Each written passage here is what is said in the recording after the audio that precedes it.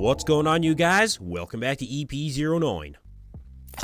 So we're going to start this one off with a bit of an interesting topic here. The Arnold Sports Festival recently announced that fans will have the opportunity to get their pictures taken with some of the legends of the sport, and a legend of bodybuilding social media, it would seem. For a price, you can now book to get your picture taken with Chris Bumstead, Ronnie Coleman, Jay Cutler. They threw Hafthor Bjornsson in there as well.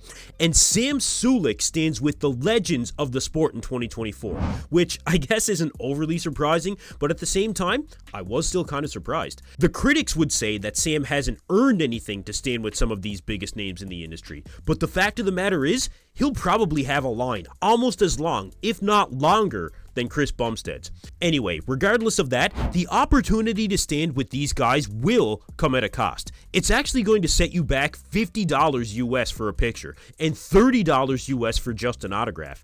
Now, to me, this does seem like it's a little bit steep. I mean, you can go to expos and appearances around the world and get pictures with most of these guys for nothing if you're willing to stand in line. So why charge the fans at the Arnold? And why is it so much money? Now, granted, the Arnold did make the live stream completely free of charge this year, so look, this really doesn't bother me, and I'm sure there are plenty of people that are willing to pay to get a picture or an autograph from these guys, and I say, well, power to them. But you know, this actually could be an interesting conversation. You guys let me know in the comments below what you think of Sam Sulek standing with this lineup of legends, and let me know if you would be willing to pay these kind of prices. Alright, so next up, we gotta talk about Justin Rodriguez. So Justin is of course making his comeback to the competitive stage at this year's Arnold, Ohio, and at 8 weeks out, we are looking at, I think, a pretty impressive version of Justin Rodriguez. He looks to be on track for 8 weeks out. He might be a little bit ahead of the game, but I think he can still lean out a couple more points yet. The shoulders are looking capped though. I think the arms look overall bigger than we've seen from Justin in the past, which triceps have always been his lagging body part, but based on what we're seeing here, like I said, he does look to be on track. The back shots are always Justin's strong point. They always have been. From the back, Justin can hang with any of the top names in this Arnold lineup, or any of the top names in the world, really. But the back shots are only part of the game. The question is going to be if he has made the off-season improvements that he needed to make, and if he can nail that peak on show day. He does look to be on that road to redemption, but I think it is a little too early to tell what version of Justin we're going to see on show day. As he continues to dial in, we'll see how he progresses, but as of now, I am definitely encouraged. Alright, next up, Nick Walker dropped a few shots of the mandatory poses at 10 weeks post-Olympia, and I know I just talked about Nick in my last video, but this time, I wanted to compare Nick to some of his previous check-in photos, because Nick threw out some details that really caught my attention. So look, Nick is looking impressive in these shots. Let's just acknowledge that to start. He stayed within striking distance of stepping back on stage, really, I think at any given time.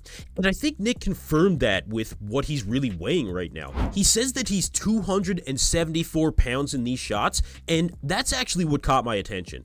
If we compare Nick to his check-in shots at 5 weeks out of the 2023 Olympia, I really don't see much difference in these shots. Keep in mind too, you guys, Nick says that he was 274 pounds exactly in these 5 week out updates as well. He may be a fraction of a point leaner in these 5 week out check-ins, but really, there is no significant difference in the quad separation or the feathering, the abs in the midsection overall. I mean, he might be a bit fuller in the arms in this recent check-in photo, but I mean, is it just me, or does Nick still look like he's currently 5 weeks out? And the numbers could confirm that as well. But look, if we go even further and look at some other check-in pictures from only about a week or two out of the Olympia, I mean, again, you guys, there's really not that much difference. The quad detail does look to be more apparent in his updates before the Olympia, but otherwise, Nick does look to be maintaining a level of conditioning for a competitor that's around 4 or 5 weeks out. Now, I do not think that means that he's doing the Arnold, Ohio. He said many times that he is not going to be competing in that show. But you guys let me know if this current level of conditioning puts Nick on track to start building up those quads, or if him staying this lean and not giving his body a bit of a break is really going to affect his quad development. And there's been some divide on this topic lately, so I'm interested to see what you guys have to say.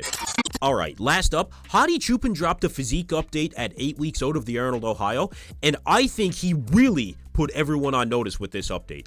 Hadi is looking incredibly lean, round, full, vascular, striated, and honestly, he just looks ready to take home that title in Ohio. But it's not just about taking home the trophy for Hadi. This is about redemption.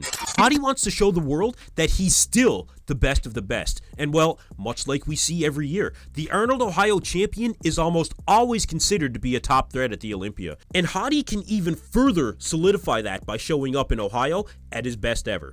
Many have Hadi as the favorite to win, and you know what? I tend to agree with them. I think Hadi still has his best competitions ahead of him, and as the old saying goes, the wolf at the top of the hill is not nearly as hungry as the one at the bottom. And at this point, the Persian wolf, he looks hungry. He looks hungrier than we've ever seen him in the past. So let me know what you guys think of this version of Hadi Choopan, and if you do think that he'll take home that win in Ohio. Anyway, that's it for me in this video, you guys. Thank you for tuning in to EP09. Be sure to like and subscribe.